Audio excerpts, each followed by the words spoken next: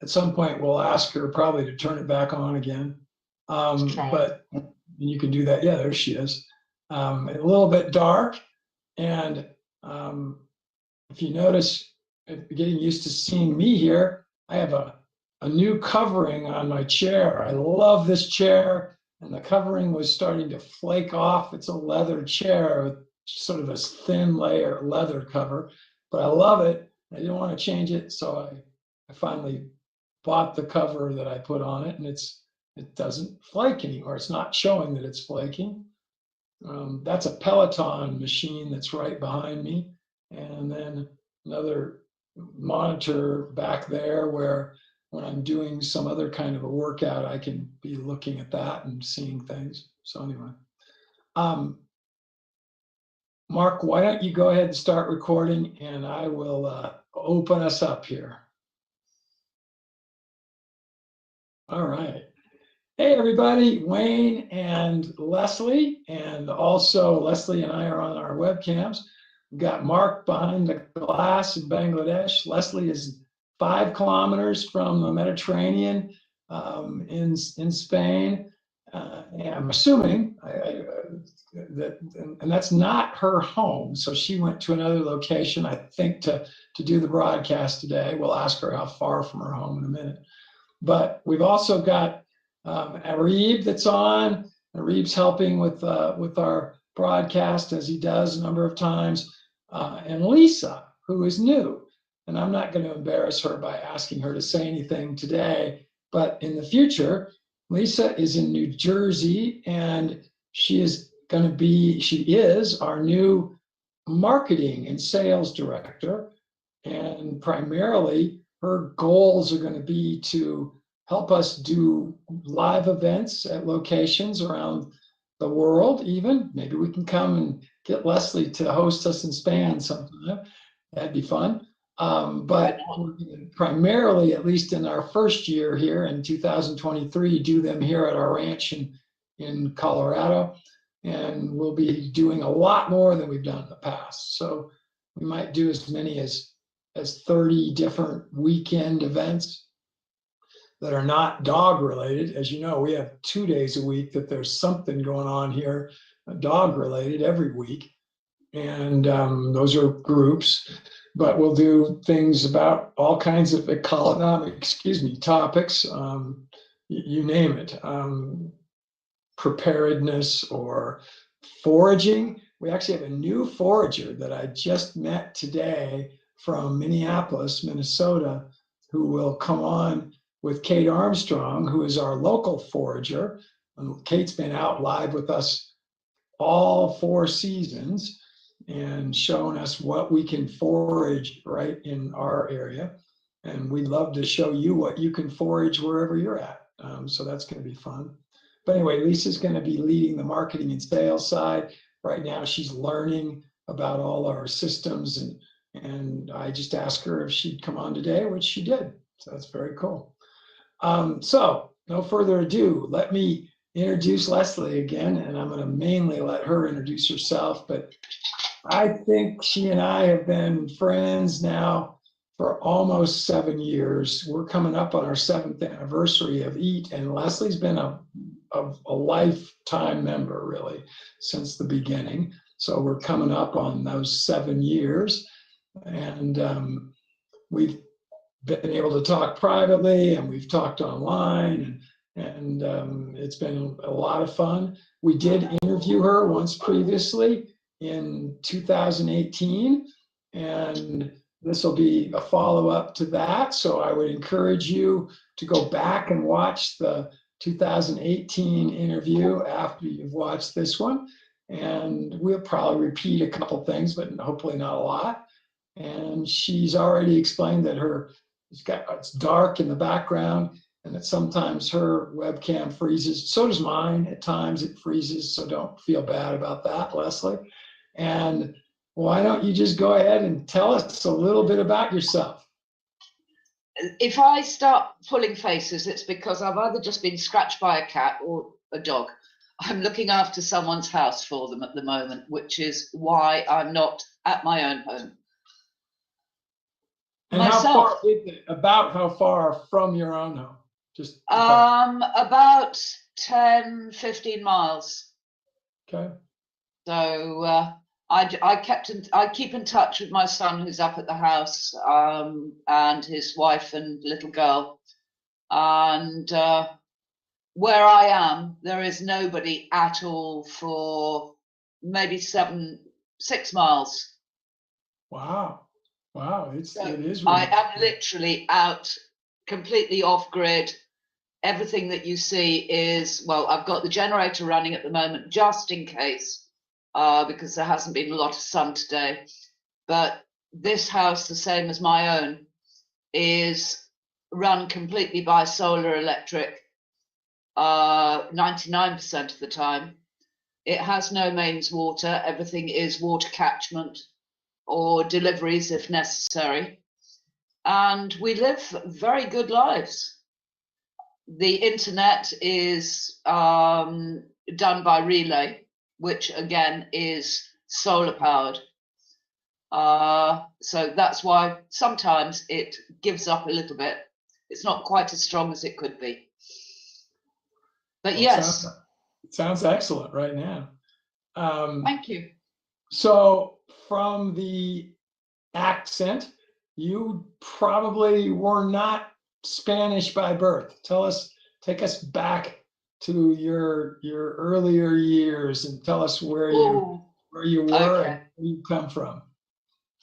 My accent is one that I learnt, and it is now my trade.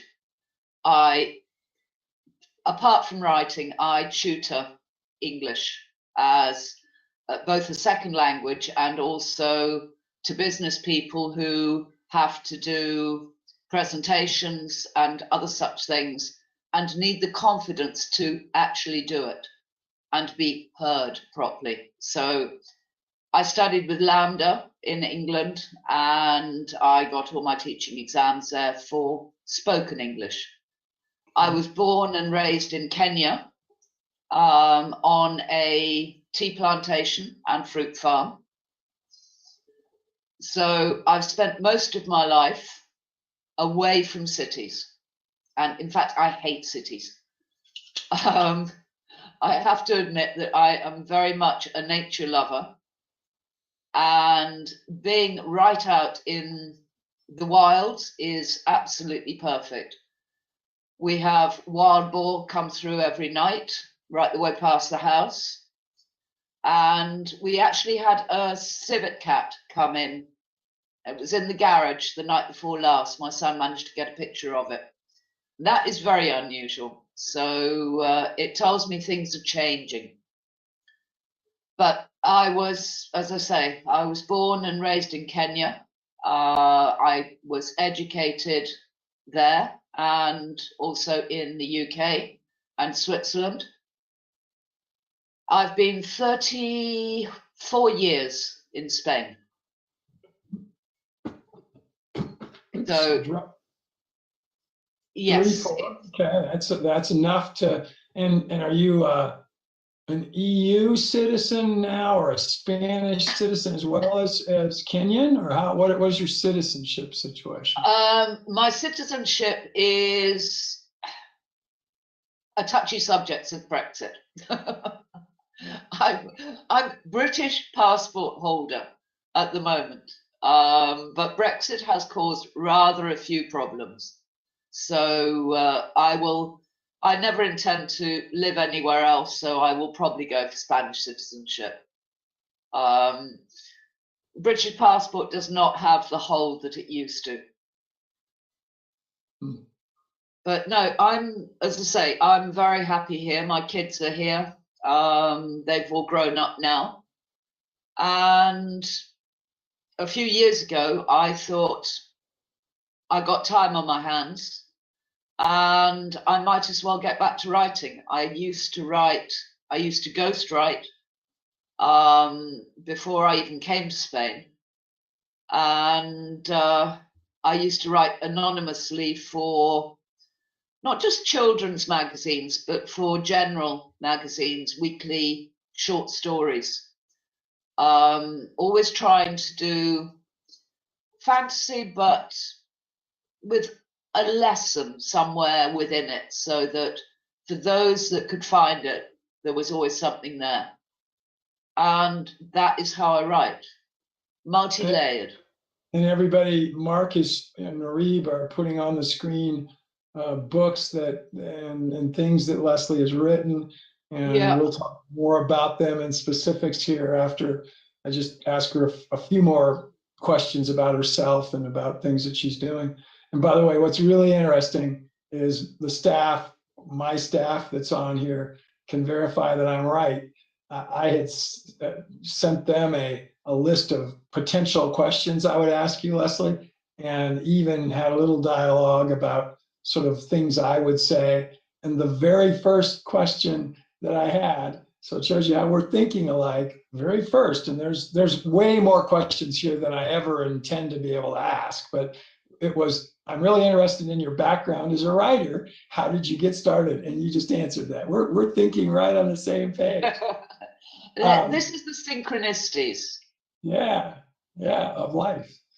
So now this one's a little different, but you've addressed it a little bit. What does a typical day look like for you? Oh, a typical day for me is getting up and seeing to the animals. So I've got chickens, I've got a pig, dogs and cats. And once that's all done, then it's a case of getting ready for teaching. So I usually have 5 or 6 hours that I tutor privately online during the day. And then there's either writing, there is writing every day now, because I'm contracted to write 2 chapters a week for Novotels, the Novotels app of the Aisha series. So the books are actually being written as I'm going. So I've, over the last, during COVID, the lockdown gave me a lot more time to actually write. And in the time of the lockdowns, I've written 6 novels. So now it's proofreading, editing, and getting them ready to go out. So my day starts maybe at 7 o'clock in the morning, and up until recently didn't used to stop until about 2 o'clock in the morning. And you're a little like me. You don't sleep a lot, it sounds like, although I've changed in the last 5 years to where I sleep more. But I used to even sort of brag about the fact that I didn't need much sleep. And it does allow you to be more productive. So yeah, I'm like you, Wayne. I've actually found that if I sleep a bit more, I can actually get more done because I'm not so tired. And it took me, one of my students actually happens to be head of cardiology at Barcelona University Hospital. And in conversation one day, she said to me, "You are burning the candle at both ends and you need to slow down." And I said, "But I can't sleep earlier." She said, "Do it in short things. So 10 minutes earlier each night until your body gets used to it." And she was very strict with me at the beginning of her English lesson. Before we got on to going through and reading medical journals, she would say, "What time did you go to bed last night, Lesley?" It was like having another mother. that's very cool. So let's go back to writing. And I'm going to be all over the map on questions, some personal and probably most writing related. How do you come up with your ideas? What is it that you either have to do, or maybe it's just completely just comes to you? How do you come up with your writing ideas?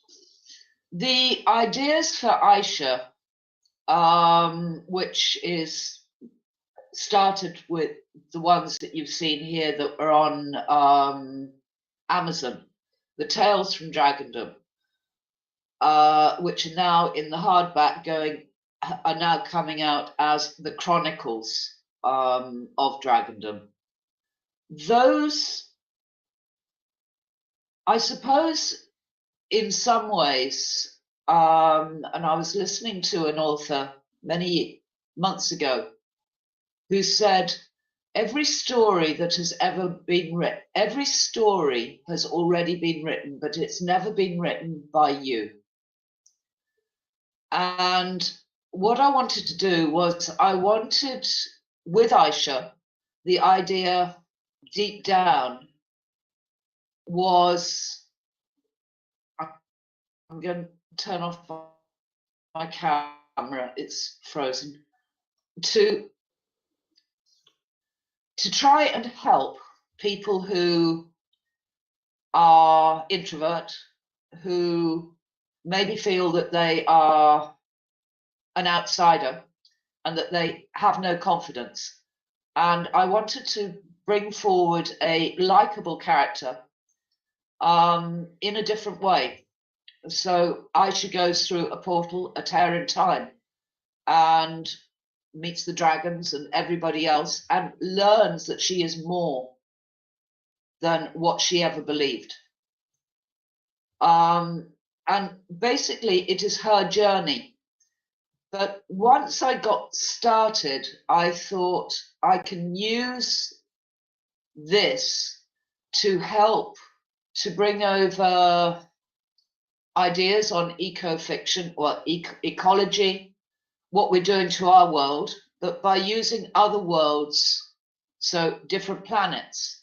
One planet maybe it has been mined to death and something has to be done. Another planet, they may have given up completely and gone totally AI, and the world around them is dead and it has to be brought back. And so I've used the storyline to create different scenarios of what our world could turn into or could be, while at the same time empowering the main characters to be able to do something, even if it's only in a small way.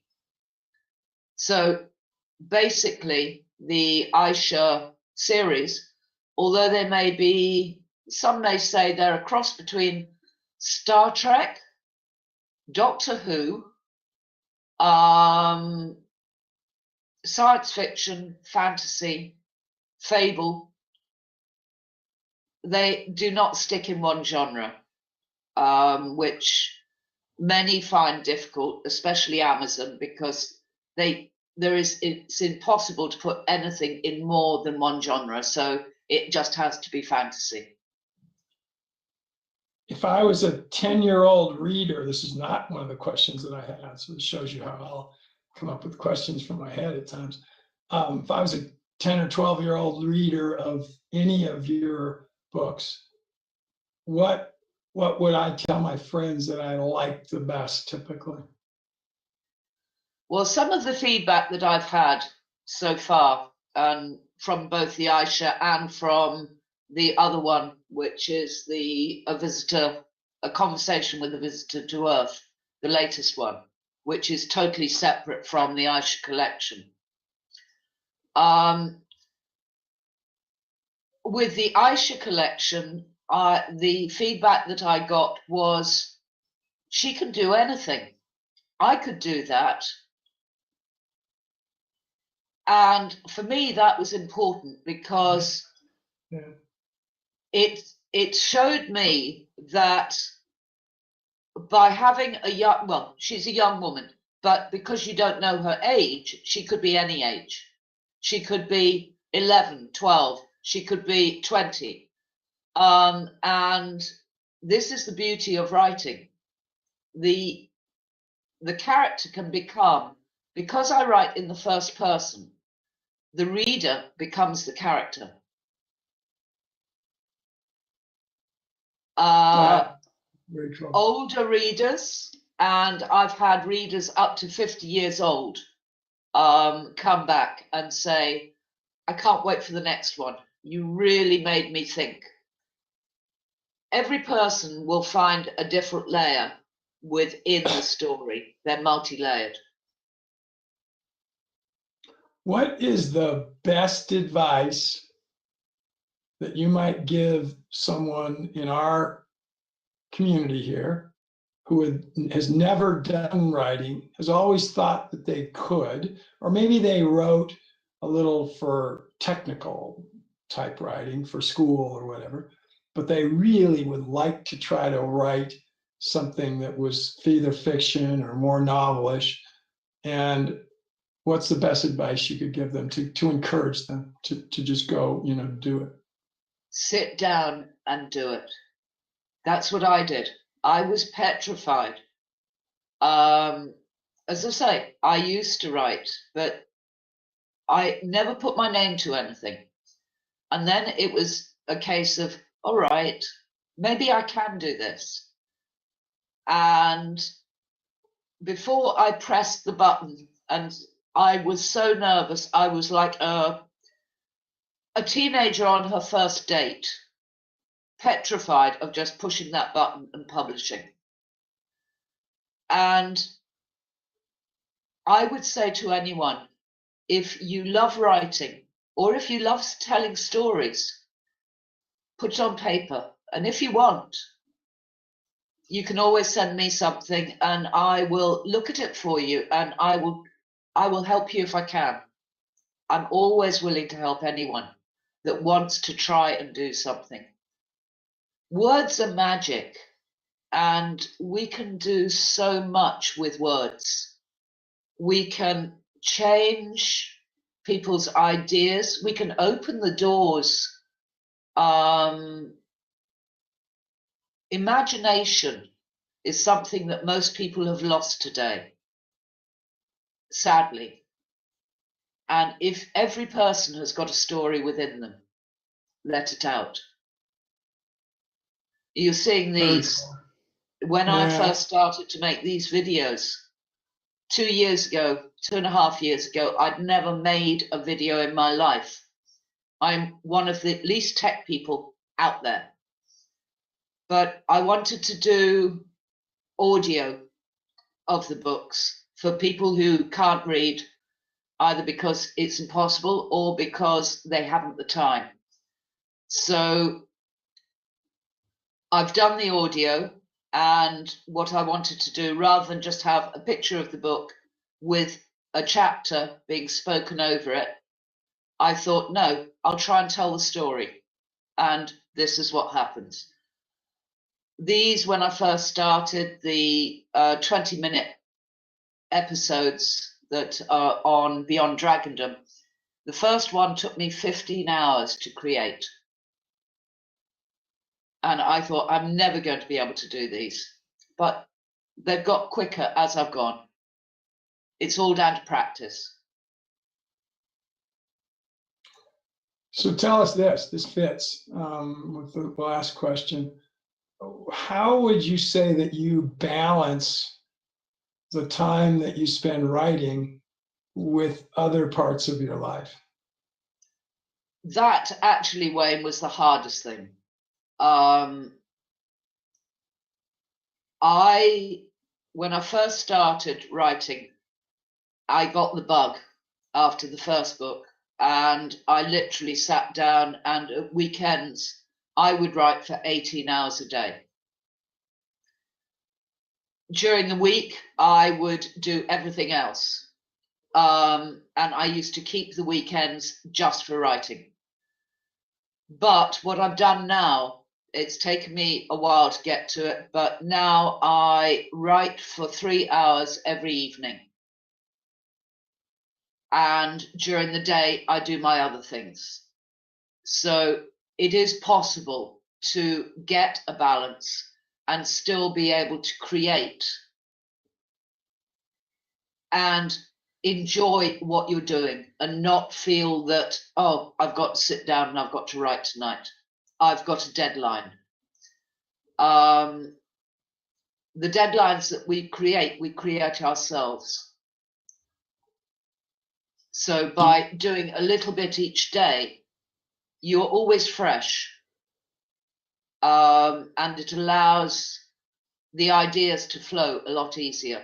But I would also suggest anyone that is doing it, do it the same way as you would if you were, for example, if you were putting together a presentation, you just make bullet points to give yourself a line that you can write to. So you sit down and you can maybe do the whole outline of a book by just doing a sentence or 2 sentences for each chapter, so that you know where you're going to go. Very cool. My hero in the interviewing space, and there's several of them, but the one that stands out most is a guy named John Lee Dumas. John Lee Dumas has been doing a podcast called Entrepreneur on Fire every day. So he publishes one podcast a day where he interviews entrepreneurs, and it's a half an hour. So it's a little shorter than like our webinars are. But one of the questions he always asks is, tell us about something in your life that at the time seemed really negative, but as you now look back on it, it actually turned out to create something of real value and that was better. Oh, now that one's a hard one. And yes, he's right. The things that we, at the time, we may think are the most negative things out, when we look back on them, if we look back on them,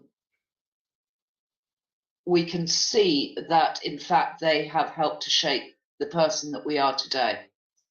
For me, and I know you know, Wayne, but most people don't, I'm a widow.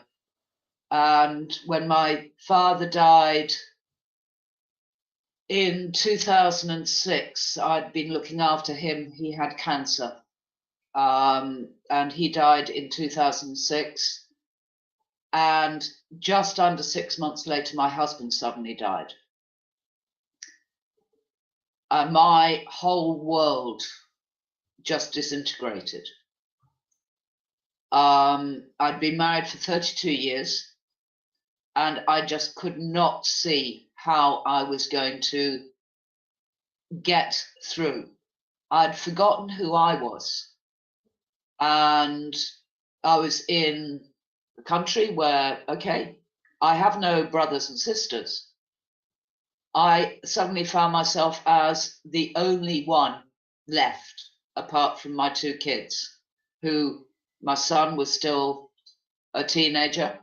My daughter was expecting her first baby, and I was on my own. And I had to pick myself up.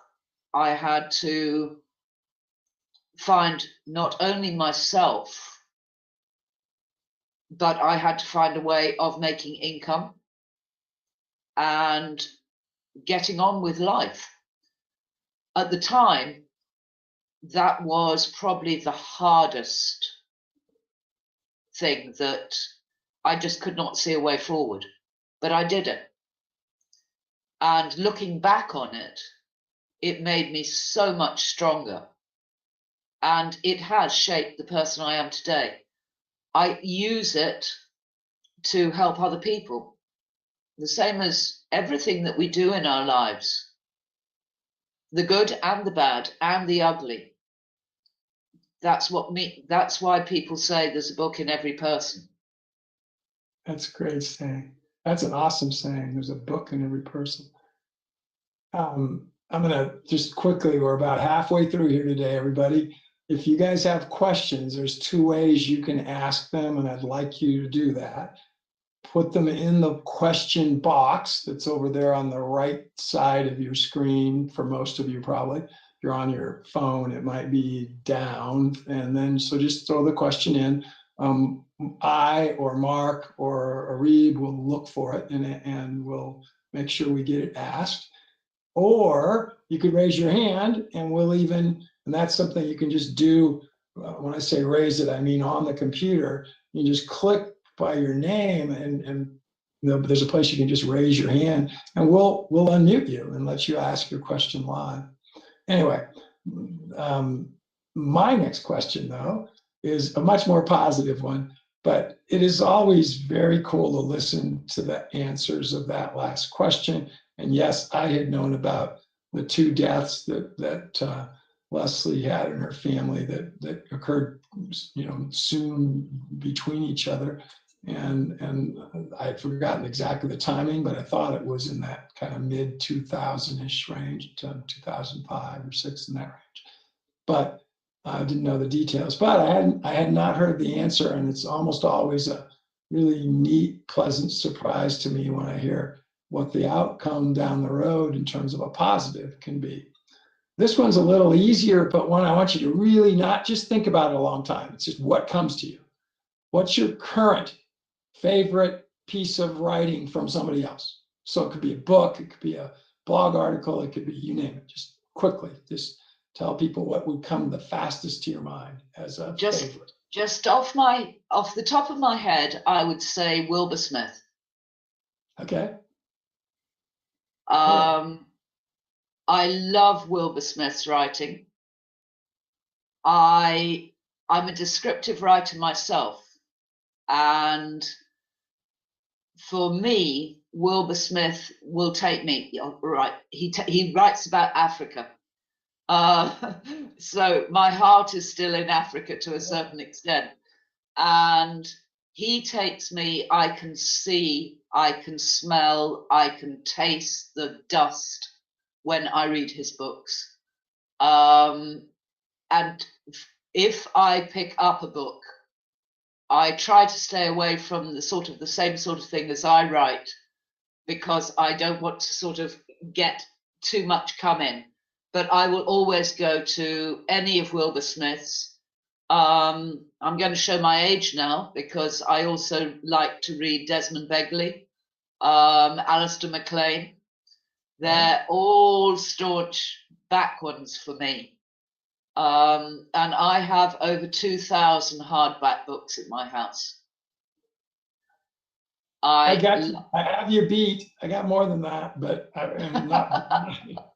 But it's still very cool. Oh, well, I may have more, Wayne. I will count them when I get them all out of the boxes. At the moment, I'm trying to build my library. But no, I love books. If you had said to me what classics, then I would have to say either Shakespeare or Dickens. Okay. And that doesn't surprise me. That either one of those would be what yours, and they would be my classics too. But I also like Machiavelli. Let's stay on that best of category. And again, without a whole lot of thought, what's the best advice that another person has ever given you? I can say there are two people that have given me the same advice, and both were mentors. One was my father, and one was a gentleman called Roger Hayward, who for many years taught people, both business people and in the theatre, to have confidence in themselves. And Roger and my father both told me, always believe in yourself. Even if others around you doubt you, never doubt your own ability.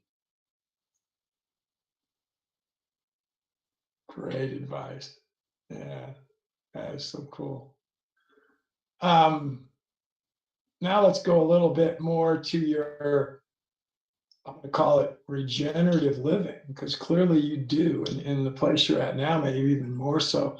How long could you stay at this place you're staying right now and be no and have power from either the generator or from solar sources or whatever they're coming from, and not basically be without light at night, and or maybe have to do a fire or something? Is so let's call it the modern way that we get power.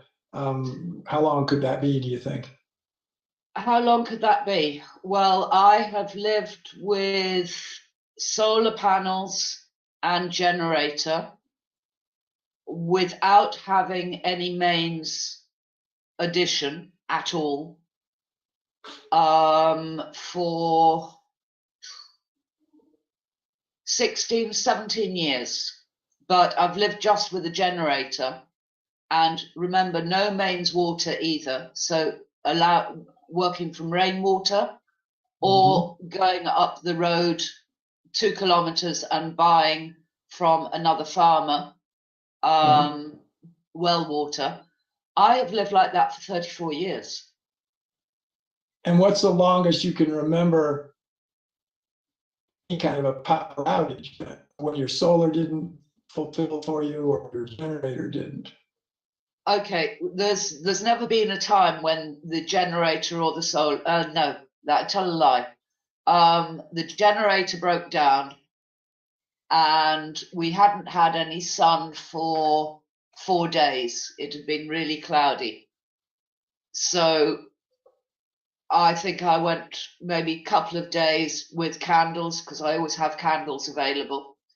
And if ever I run out of gas for cooking, then I have a wood burning stove.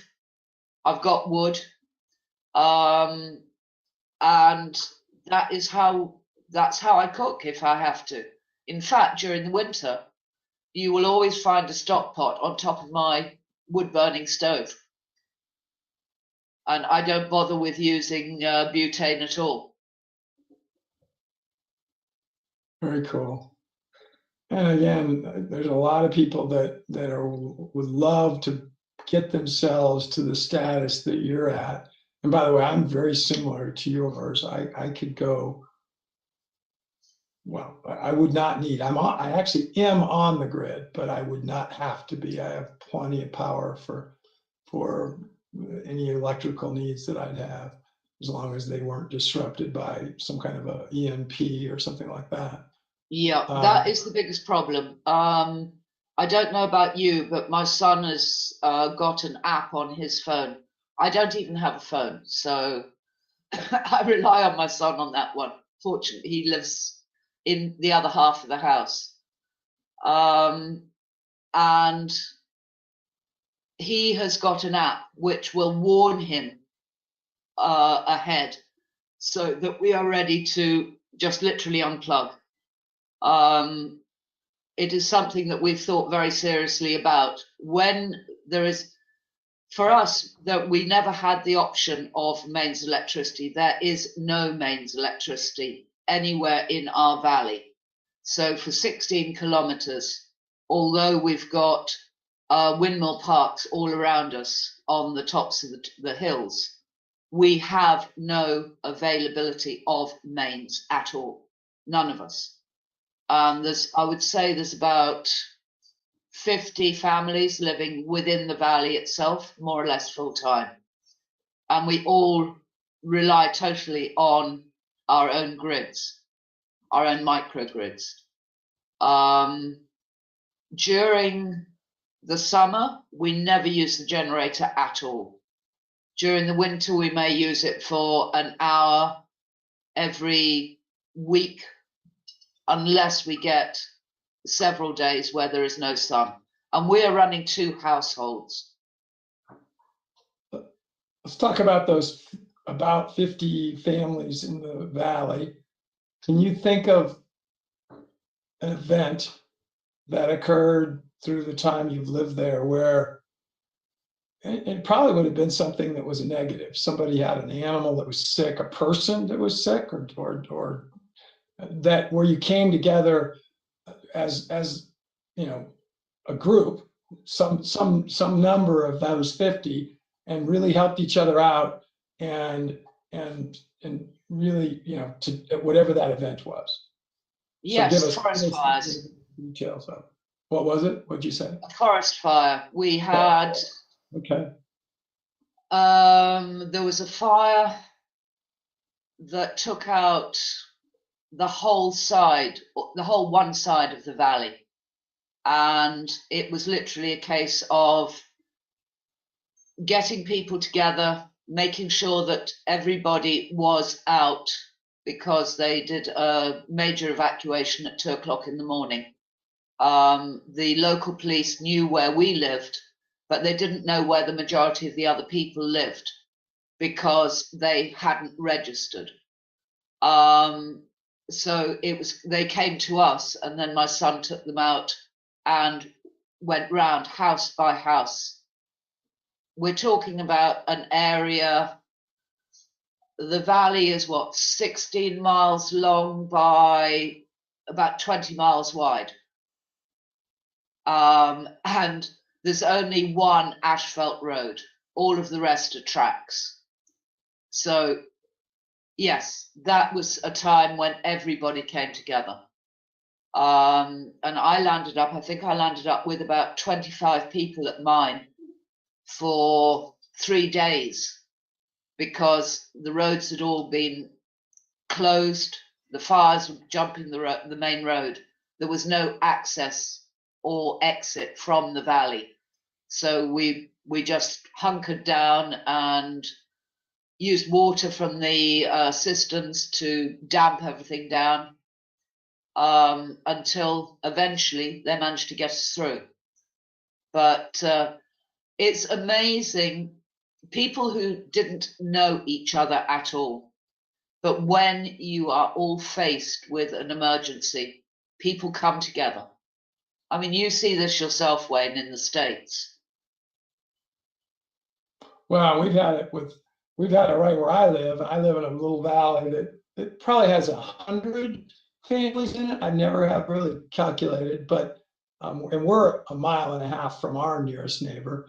So we're not at all, any of us, that close. But we had flooding that occurred back in 2013, so almost 10 years ago, and we all came together for that with people we didn't know, and ever since then, even though we still don't see each other that much, we think, at least I feel a lot closer to all of them, and I feel comfortable that I could ask them for assistance if there was any kind of a serious issue that was going to affect all of us. And we get fires too, Lesley. So we have, fortunately, we've never had to evacuate for one. We came the closest to that last year even. We were under not a mandatory, but a requested evacuation, and most of us agreed we weren't going to take the request, that we could deal with it. But if it would have been mandatory. I agree with you. That's why my place turned out to be the last stand, if you like, because there was no way I was going to leave. I had animals, and I would not leave my animals. That's what worse. That is exactly our situation. You've got a picture of them up there at the moment. Are you do you have a root cellar? Do you have any kind of below ground? Sadly, no. That is one of the things that my son is determined that we are going to build. We do not have a root cellar. We're single story. But we do have the cisternas. You call them cisterns. Right. We've got an old cisterna which is empty, which would basically make a good root cellar, because it's 2.5 meters. It's 3.6. It's about 8 foot down, and it's solid concrete. That could be. You could turn that one in. Yeah, that is something Yeah. you could. Well, I've got some great questions from the audience here, Lesley. Okay, So let's I'm going have to them. ask them, and uh, two of them come from Aaron and another one from Lisa. But and Lisa also even commented. So I'm going to start with this most recent one from Aaron, which is really cool because I would have wanted to ask you this too. What was it like growing up on a farm in Kenya? How was that different and difficult, and how difficult then to move to go to, to go to university, let's say in England? It was very different. There was no, again, similar to if you live in a way out from anything. Because I was an only child, I spent most of my time either playing or play working, shall we say. I learnt to pick tea. I learnt to pick fruit. I learnt all of the trade from a very, very early age. I didn't have any kids to play with apart from the kids of the workers on the farm. So I grew up. One of my students today said, "You grew up a wild child." And I suppose I did. It was nothing for me to be running around barefoot, racing down through to the gorge and listening to the chatter of the monkeys in the trees above. That was my playground, climbing trees and being a real tomboy. Going to England to school was very difficult. I was 11 years old when I started school in England. It was a girls' school. It was a boarding school. And I was the only foreign student in my year. I was like a duck out of water. And it was probably, looking back on it now, again, it's another of those times when you look back, you can say, that gave me guts. It shaped me. It was hard. But it gave me a resilience that has helped carry me through a lot of different things in my life. I hope that's a good enough answer. Oh, that's awesome. I'm going to interject one of my own before I ask the other one that came from the audience. This is a hard one, so I want to make sure, if we weren't really good friends, I would not ask this, but was growing up in Kenya, and you already said that your only child friends really were those that were children of workers on your farm. Was there any evidence or thoughts, and as a kid it wouldn't be, you'd probably look back at it on it more now and be able to answer whether it was the case, of white elitism, or as there certainly was in the United States. So I mean, I'm not, it's clearly, yeah, but no, that is, it's one of the things, and I am always quite honest about this because I do get asked this. I'll probably be asked it in Barcelona on next week as well. I was brought up in Kenya, which is multiracial. For me, there was no black, brown, white. We were all the same. We all laughed together. We all played together. We all fought together. And that was, my parents were like that. When I got married in Kenya, and I can remember saying to my mother, "Oh, but you're going to invite this person, you're going to invite that person." And she looked at me and she said, "Lesley," she said, "if we invite the people from your father's office, we can't invite these people." And I just looked at her and I said, "Why not?" She said, "Things have changed." She said, "We will have two parties, one for our friends and one for the people who are supposed to be invited to such things. And I was horrified. I was absolutely horrified. I, even now, and it's the way I've brought my kids up, we are all the same. It doesn't matter what color our skin is. We are all the same. Wow, that's so neat. Well, now we're going to move. We're not going to have any other of these sort of tough questions. This is one from Lisa. And Lisa is one of our new staff members. Lesley, she's going to be doing marketing and sales, primarily marketing for our EAT community. She's going to help us grow it. And hello, Lisa. She lives in New Jersey. But she states, she said, Lesley spoke earlier about the importance of imagination. Would like to hear more of her thoughts about that.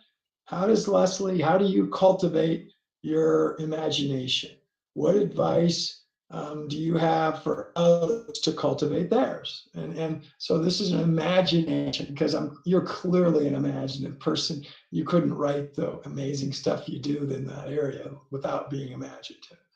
So, question about both how do you encourage your own imagination, and then how would you say maybe you could advise others to encourage their imagination?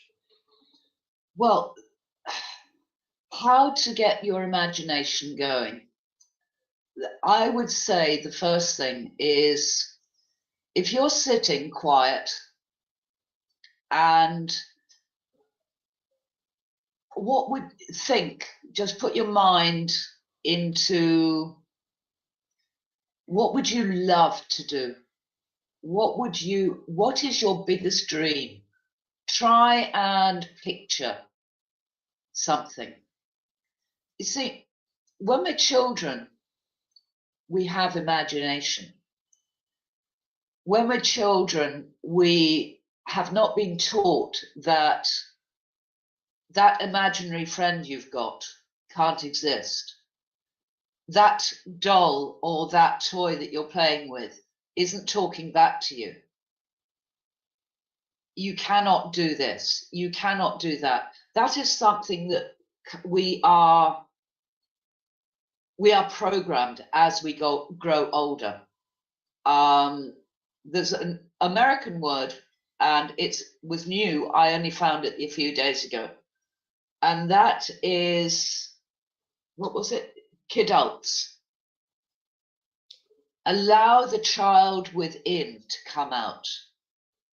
If you love to play with dolls, if you were a girl, or if you love to play with dolls, whether it was Action Man or Barbie, and as a child, you would make stories up.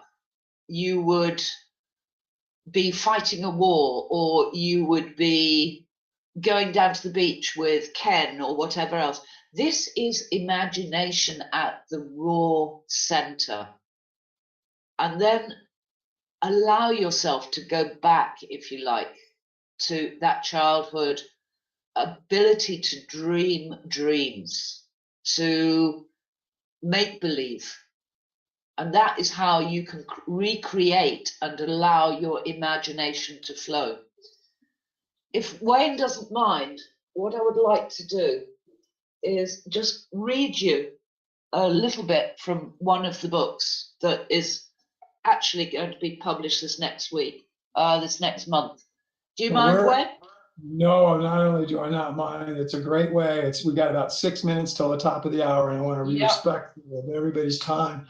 By the way, it's almost 11 o'clock her time, everybody.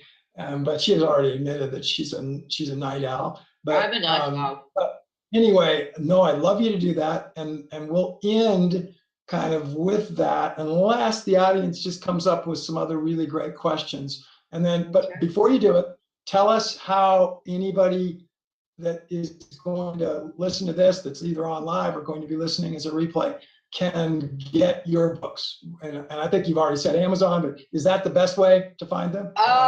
Well, Amazon for the older ones, but these ones that Ariba's put up now if you go to those, they're on mybestseller.co.uk, and they are being printed in America as well now as in Europe. So you can order through there, and it will be printed and sent to you from the nearest place to your home. We will publish that, everybody, so you don't have to remember it. You don't have to get it jotted down. We'll make sure we put it in the notes that we put with this as we do the replay and publish it. So now, and on that page, that's a website, a web page which is put up by the publishers for me. At the bottom of it, you will see an email address which you can always contact me through. Just send me an email. And if you've got a question, or if you like to say something, the Aisha ones are not quite so controversial, but the little guy, where I can find it in a second, which is a conversation with a visitor to Earth, Hope. Now, this one I quite honestly expect to get some feedback from that won't be particularly nice, because I am a little bit controversial in it. It covers some aspects of our world today and climate change. And yes, I've stuck my neck on the chopping block, I think, to a certain extent, because there are things that people aren't thinking about. That's why the book, I hope, will make people think. So if you like, I will just read you the very beginning. Please read to us. Chapter. But before we do that, online, the way that we applaud for people, if we like something, is to put ones in the chat, or I'm going to applaud here live because this has been awesome. I really enjoyed it, and I think you all probably have. But let's end this with Lesley reading. You've gotten several ones here, which is really cool. And let's after that we'll just sort of let it go to Mark, and we'll head off into the sunset. So go ahead and read to us, Lesley. Okay. Chapter 1. A conversation with a visitor to Earth. Hope. The surprise visit. Have you ever had something happen so out of the blue that it changed your world, your life forever? I was half asleep. I had been looking up at the stars before going to rest. What a beautiful night, with the occasional shooting star after the heat of the day. Oh, this was bliss. Then a strange thing occurred, which made me rub my eyes and wonder if I was really asleep. The light flickered a couple of times. Then there was a crackling sound, and the computer screen lit up all on its own. I was sure I'd turned it off. Now this. As I looked at the old clock, 11 minutes past 11 exactly. A crisp but not unpleasant sound. A voice came out of the ether. Hello, Earthling. How nice to meet you at last. I've been trying to reach you so far back in our past. Oh, you don't know me. You think I'm just in your mind. I'm from the future, a long way from now, from another planet in your system, where we cry at how you have allowed yourselves to be so misled, killing each other with the food, air, and water you are always fed. I am here to bring you word that health and your future can be good, if you're willing to listen before nature shakes and boils most of you for good. And how was that? That was very cool. Thank you so much. And wow, we're right at the top of the hour. If anybody's got any other questions, just quickly put them in. Mark or Arib, I think Arib, you're live. Arib's got a little daughter who eventually maybe we'll be able to read some of this. I think she'd enjoy it. So Reeve, you have anything to pick us out with? I think Lesley and I were talking about Fajr before you guys were in the meeting. So we spent about like 20 minutes on the test session and talked a lot about it. So I love this session. I have been a comic person. I have been this person who reads comics plus books. And I think these kind of books really kind of enticed me.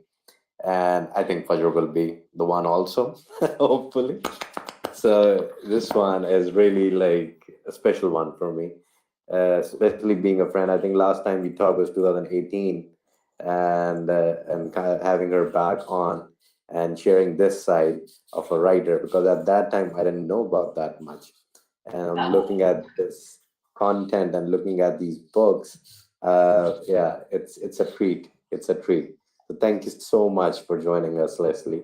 Thank you so Well, much. thank you very much for inviting me. It's been an absolute pleasure. Well, Lesley, again, we are going to meet live sometime. I'm either going to get over there or somehow we will see each other, and God willing, as they say. And Mark, I think it's time. We'll just take us out. Thank you. Okay. Goodbye.